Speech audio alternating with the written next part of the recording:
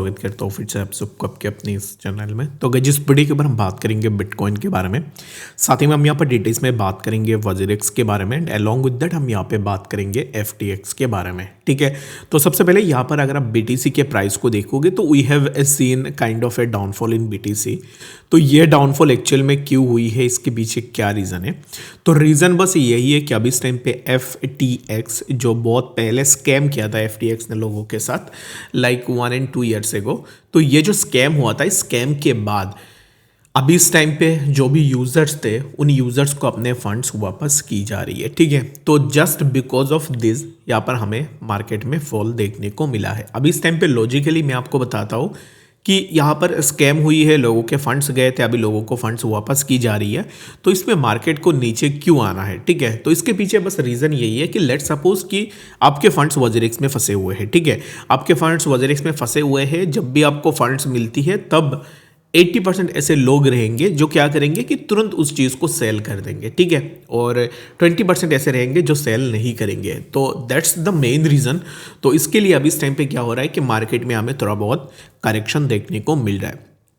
अभी नेक्स्ट हम यहाँ से क्या एक्सपेक्टेशन लगाएंगे and what will be the next particular move for the BTC। तो BTC के लिए जो नेक्स्ट मूव हो सकता है ना, वो मूव हो सकता है, let me remove all this things. अभी इस टाइम पे जो नेक्स्ट मूव हो सकता है, the next move would be that कि प्राइस कुछ इस तरीके का रिएक्ट करे which will be in around 97,000। Once we hit on 97,000 trend line zone, then we can expect कि हमें यहाँ से प्राइस में कंटिन्यूड ग्रोथ देखने को मिल जाए। ठीक है, तो BTC में अभी इस टाइम पे फिलहाल के लिए right now all we have to do is that कि BTC जहाँ पे है वहीं पे कंसोलिडेशन हमें BTC का देखने को मिलेगा और we might be go lower. तो इसके पीछे रीज़न बस यही रहेगी कि FTX डिस्ट्रीब्यूशन है, तो डिस्ट्रीब्यूशन के कारण हो सकता है कि हमें थोड़ा सेल ऑफ मार्केट में देखने को मिल जाए।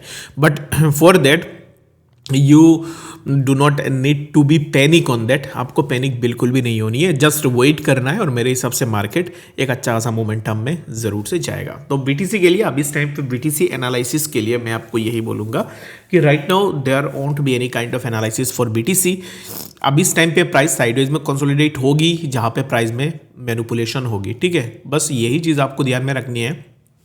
कुछ भी ट्रेड ले रहे हो, स्टॉप लॉस यूज़ करना, अलॉन्ग विद दैट जितना कम हो सके उतना लिवरेज के साथ ट्रेड करना। ठीक है, और बाकी अगर आप ऐसे चाहते हो कि नहीं आप मैं ट्रेड नहीं कर रहा हूँ ऐसे मार्केट में, मैं थोड़ा रेस्ट कर लेता हूँ, तो वो भी आप कर सकते हो। ठीक है, बाकी मैं रिक्वेस्ट यही करूँगा कि हाई लिवरेज नहीं होनी चाहिए, बिल्कुल भी नहीं होनी चाहिए, और साथ में रिस्क आपको काउंट करके ही चलना पड़ेगा इस मार्केट के ऊपर। ठीक है, तो अभी बात करते हैं वजीरेक्स के बारे में। तो गाइस अगर आप देखोगे तो वजीरेक्स ने अभी तक कुछ भी ऐसे अपडेट लोगों को नहीं दी है। फंड्स कैसे करके लोगों को वापस करेंगे, क्या प्लान है क्या नहीं है, उसके ऊपर कुछ भी बातें नहीं हुई है। ठीक है, मैं अभी इस टाइम पे वजीरेक्स एंड FTX के बीच में कंपैरिजन कर लूँगा कि एग्जैक्टली वजीरेक्स एंड FTX के बीच में क्या सिमिलरिटीज़ है और FTX ने क्या ऐसी चीज़ें की है जिससे यूज़र को अभी इस टाइम पे फंड्स मिल रहे। ठीक है, वजीरेक्स हैक हुआ, उसके बाद से वजीरेक्स ने कोई भी ऐसे अच्छे से अपडेट लोगों को नहीं की है। अच्छा चलो हैक हो गई है, उसके बाद जो फंड्स यूजर्स के गए वो तो गए, लेकिन उसके ऊपर से वजीरेक्स ने लोगों के पैसे भी ले लिए हैं for the sake of making their own decks. उसके बाद लीगल बैटल, उसके बाद कॉइन स्विच का कुछ फंड वजीरेक्स के पास पड़ा हुआ था, उन फंड्स के लिए भी उन्होंने यूज़र्स के फंड को यूज़ कर लिया। तो यहाँ पर ना वजीरेक्स हैक हुआ है, ऊपर से वजीरेक्स ने यूज़र के फंड्स को भी यूज़ कर लिया है अपने पर्सनल यूज़ केस के लिए। ठीक है, लेकिन अभी तक कोई भी अपडेट इसमें नहीं आई है। ठीक है, यहाँ पर व्हेयरएज अगर हम FTX की बात करें तो FTX did a good job. अगर आप देखोगे तो FTX में 1.2 बिलियन के आसपास जो है ना यहाँ पर रीपेमेंट्स उनको करनी है, और ये जो रीपेमेंट्स है ये ऑलरेडी स्टार्ट हो चुके हैं। बहुत सारे ऐसे लोग हैं जिनको FTX से ऑलरेडी फंड्स मिल चुके हैं। अभी ज़्यादातर जो फंड्स है ना वो क्रेडिट की जा रही है क्रैकन एक्सचेंज के ऊपर। यहाँ पे अगर आप देखोगे तो FTX is set to repay 1.2 billion to the creditors on February 18, यानी कि कल के डेट में FTX ने 1.2 बिलियन के आसपास डिस्ट्रीब्यूशन की है। और बहुत सारे ऐसे लोग हैं जिन्होंने ट्विटर में भी मैंने देखा है कि उन्होंने बोला है कि उनको क्रैकन में उनका फंड्स मिल चुके हैं। ठीक है, तो अगर आप देखो, दो साइड में दो एक्सचेंज है, एक इंडियन एक्सचेंज है जो हैक हुआ है, हैक होने के बाद इतना दिन लग चुका है लेकिन अभी तक कुछ लोगों को कुछ भी अपडेट नहीं मिली है।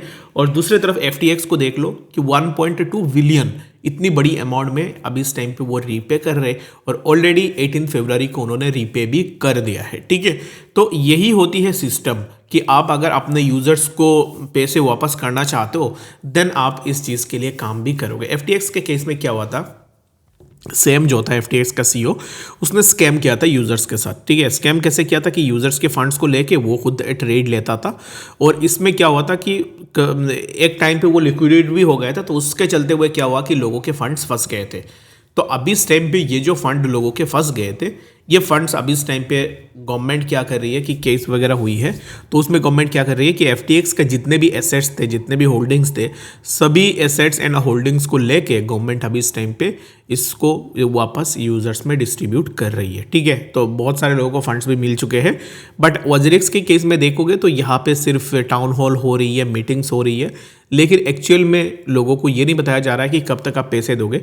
एंड अगर आप और एक चीज़ देखोगे, वजरिक्स में जो पोर्शन हैक हो गए ना, इस पोर्शन का जिम्मेदारी वजरिक्स के पास रहनी चाहिए। वजरिक्स को खुद के एंड से वो पैसे लोगों को वापस करनी चाहिए। ठीक है, अगर आप लॉजिकली देखोगे, क्योंकि आपके एक्सचेंज पे मैं पैसे क्यों रख रहा हूँ, क्या एक्चुअल रीज़न है मैं आपके एक्सचेंज पे पैसे रख रहा हूँ। मैं आपके एक्सचेंज पे पैसे इसलिए रख रहा हूँ ना, ताकि मुझे यहाँ से एक सिक्योरिटी मिले, मैं अपने फंड्स को स्टोर करके रख सकूँ। अगर बैंक के केस में भी मैं अगर आपको कहूँ, तो बैंक में अगर आप पैसे रखते हो, बैंक अगर चोरी भी हो जाती है, तो इन दैट केस क्या होता है कि चोरी होने के बाद भी आपके पास एक राइट है कि आपको अपना पैसे मिले। ठीक है, तो हर एक एक्सचेंज पे ऐसे होती है कि जितने भी एक्सचेंज आज तक हैक हुई है, उन एक्सचेंज में से जो भी अमाउंट हैक हुए हैं वो अमाउंट लोगों को वापस की गई है।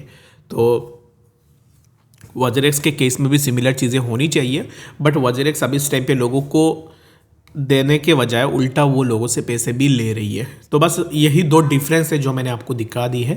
बाकी मुझे आप कमेंट्स में बताना कि एग्जैक्टली आप क्या सोच रहे हो इन चीज़ों को लेकर, और आपका जो भी ओपिनियन है कमेंट्स में